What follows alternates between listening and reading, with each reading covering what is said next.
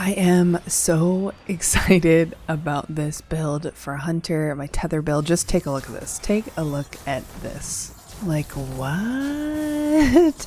You are going to be the Orb of Power generator for your team. Literally, I wish I could see the reaction of my teammates in this strike to what I was doing here. But I'm going to show you guys my build and the mod that you're going to want to pick up for your helmet in order to create a ton of orbs. This mod is also going to work on any other damage dealing super. I just enjoy Hunter, so I'm making a build for multi-tether Hunter, but you could use this on Warlock and Titan and just incorporate it into your builds as you can. With this particular Void Hunter build, I'm also incorporating a lot of elemental wells and a mod from the artifact that's going to allow us to build our super really fast. To give you guys an example, I went into a Gambit match with my intellect, which is tier 3, a 5-minute super cooldown.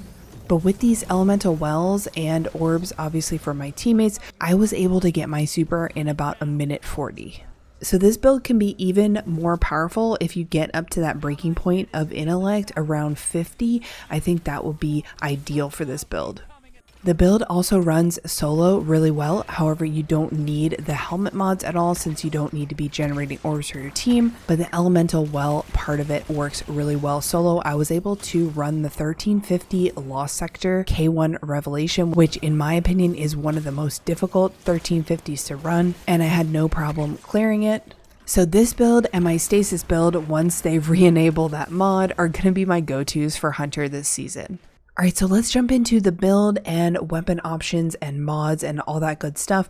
We're going to be on a Void Hunter. Now, if you're with a group, I would suggest going bottom tree for the multi-tether. You're going to get a lot of damage out of Mobius Quiver because we are using Orpheus Rig for our exotic armor. If you're solo, I would recommend top tree. That's going to give you invis on dodge and only 1 tether point, so you can just pop it and then kill the enemies that are tethered. We're also using Vortex Grenade because it continuously damages enemies that are trapped inside.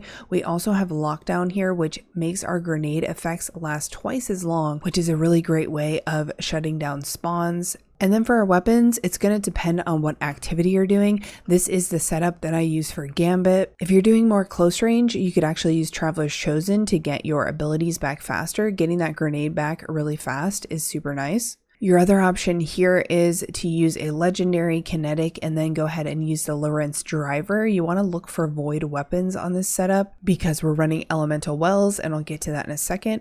But usually I use Lorentz, Shire's Wrath, or Null Composure depending on the situation. And then for our heavy, we're going to be using Threaded Needle. I have one with Clown Cartridge and Vorpal, which is a great option. You could also use Falling Guillotine or Royal Entry. Both are great void heavy options. But this season with the fusion rifle buff, I'm going to go ahead and go with Threaded Needle. As far as champions, these two are your Unstoppable, and then you could always put a primary bow on or a primary auto rifle. I would recommend Chroma Rush or the new Last Breath. My rolls are not very good on this Last Breath. And then if you have Overload, you could also use Overload Sword as well.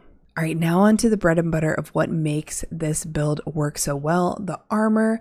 Up first is our helmet. This is the mod that you want in order to drop all of those orbs. So Power Preservation here, it is a stasis mod. So if you have a Masterwork helmet or something, you're going to need to switch the energy over to stasis. And this mod does cost 3. So you can see we don't have a stat mod on here. I just have 2 Power Preservation and Font of Might, which is going to give our void weapons more damage whenever we pick up a well. The Font of Might mod is really important to use if you're using weapons that match your subclass's element. So we have a Void subclass, we're using Void weapons for the most part. If you're using weapons that don't match your subclass, you don't have to worry about slotting this mod. But if you can make it work with your fire team, I would highly recommend it because right now it is stacking on top of other damage bonuses. And if you can pick up weapons that are the same element as your subclass, you're going to get a lot more damage out of it. But Power Preservation says your super final blows create extra orbs of power for your allies. So these are not orbs that you can use, so they're not like masterworked weapons. However, you're going to be providing so many orbs to your teammates that you should be able to cycle your supers back and forth. If your teammates are running damage supers, I highly recommend they also put power preservation on. These are going to replace your ammo finders. If you really need those ammo finders, you could definitely switch one off. Just know you're not going to get a ton of orbs, but you're still going to get a little bit of an increase. Moving on to our arms. This is going to be reserved for your champion mods. So if you're in endgame content, you're going to want to put on Fusion Rifle Unstoppable or Sword Overload, and then you're going to put on your anti-barrier or whatever else you need. However, I was running Gambit, so I put this grenade kickstart on, which helps me regen my grenade when it's been used, and then also Scout Rifle Reload. But the one you want here is Elemental Armaments.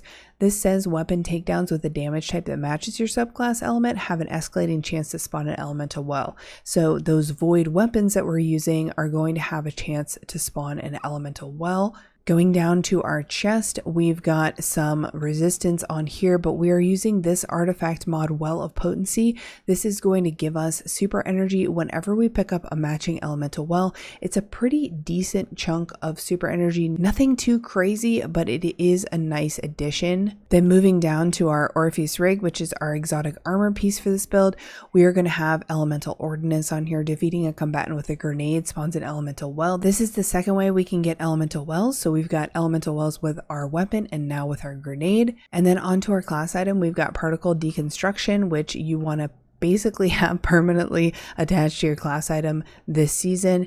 And then we've also got Reaping Wellmaker. After activating your class ability, which in this case is our dodge, your next weapon Final Blow spawns a void elemental well. So this is the third way we're going to be getting these wells. And that is the build, guys. As you can see, my intellect's only 30, but I get my super really quick, and we've got 90 discipline, 80 recovery, and 80 mobility. I'd love to get my mobility up a little bit higher as well as my recovery, but this is what I was able to build with the gear that I had. The only requirement for this build really is the power preservation, the stasis helmet.